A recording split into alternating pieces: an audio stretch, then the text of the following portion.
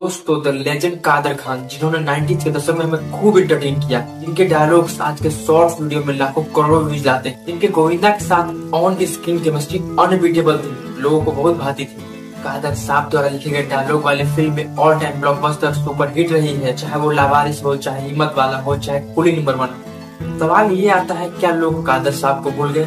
क्या इंडस्ट्री इस बात के लिए कादर साहब को अप्रिशिएट नहीं कर पाई? वजह चाहे कुछ भी रहा हो, लेकिन आज हम लोग कादर साहब को अप्रिशिएट करेंगे, कादर साहब की स्ट्रगल लाइफ के बारे में जानेंगे और हम लोग जानेंगे कि कादर साहब फिल्म लाइन में कैसे आए और आज पब्लिक कादर खान को अप्रिशिएट करेगी।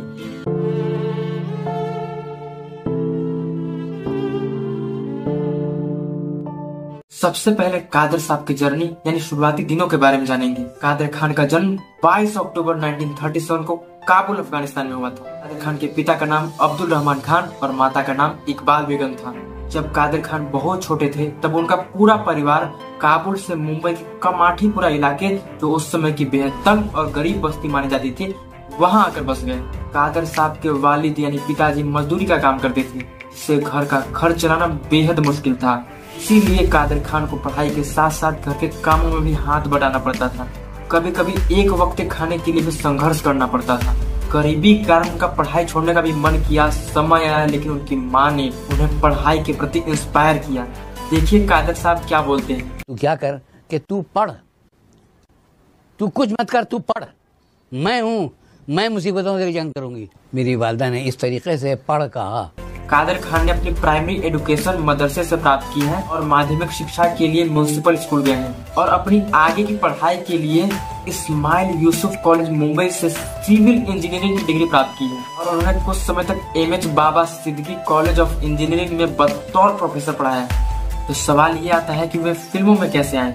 कॉलेज के समय उनका इंटरेस्ट नाटक और स्क्रिप्ट राइटिंग में था, इसीलिए जब जो कॉलेज में नाटक होते तो नाटकों में पार्टिसिपेट करते थे और स्क्रिप्ट भी लिखते थे। क्योंकि इस प्रतिभा को दिलीप साहब ने पहचाना था। 1970 के दशक के शुरुआत में जब उन्होंने कादर साहब का एक नाटक देखा तो वो बहुत प्रभावित हुए और अपनी फिल्म सगीना और बैराग में कादर साहब को काम करने का मौका दिया। इसके बाद मनमोहन देसाई और प्रकाश मेहरा जैसे मशहूर बॉलीवुड डायरेक्टर ने कादर खान को अपने फिल्म में डायलॉग और स्क्रीन प्ले लिखने के लिए साइन किया।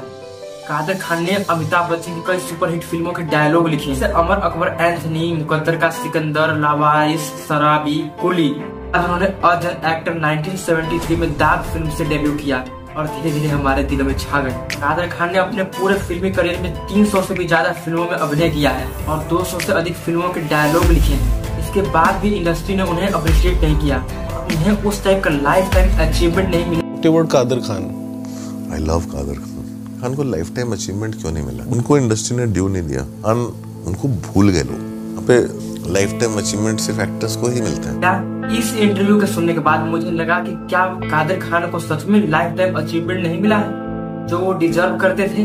दोस्तों मैं आपको 3 पॉइंट्स बताता हूँ और आप मुझे खुद बताना कि क्या उन्हें लाइफ टाइम अचीवमेंट मिला। उन्होंने एक इंटरव्यू में कहा था कि इंडस्ट्री में कई बार उन्हें नजरअंदाज किया गया। वे स्क्रिप्ट राइटिंग और डायलॉग राइटिंग के बहुत बड़े नाम थे, लेकिन धीरे धीरे उनके काम को उतनी प्राथमिकता नहीं दी गई जितनी उन्हें मिलनी चाहिए। कादर साहब को film fair life time achievement नहीं मिला। कई एक्टर्सों को उनके करियर के अंत में उन्हें film fair life time achievement मिला, जैसे अमिताभ बच्चन, देव आनंद और दिलीप साहब, लेकिन कादर साहब को ये सम्मान भी नहीं मिला। क्या आप कल्पना कर सकते हैं कि जिस व्यक्ति ने 300 से ज्यादा फिल्मों में अभिनय किया है, 200 से ज्यादा फिल्म के डायलॉग लिखे हैं, पद्मश्री जैसे कोई भी सरकारी अवार्ड से नवाजा नहीं गया? जब 2019 में उनकी डेथ हुई तब लोगों ने सरकार से पद्मश्री अवार्ड की मांग की, लेकिन उस समय तक काफी देर हो चुका था। अब आप मुझे बताओ, क्या कादर साहब को लाइफ टाइम अचीवमेंट मिला? इंडस्ट्री और सरकार ने कुछ भी किया, लेकिन आज हम लोग पब्लिक मिलकर कादर साहब को लाइफ टाइम अचीवमेंट देंगे। हम कमेंट में #थैंक्स कादर साहब लिखेंगे। दोस्तों कादर साहब की फेवरेट मूवी कमेंट करो। Bye bye.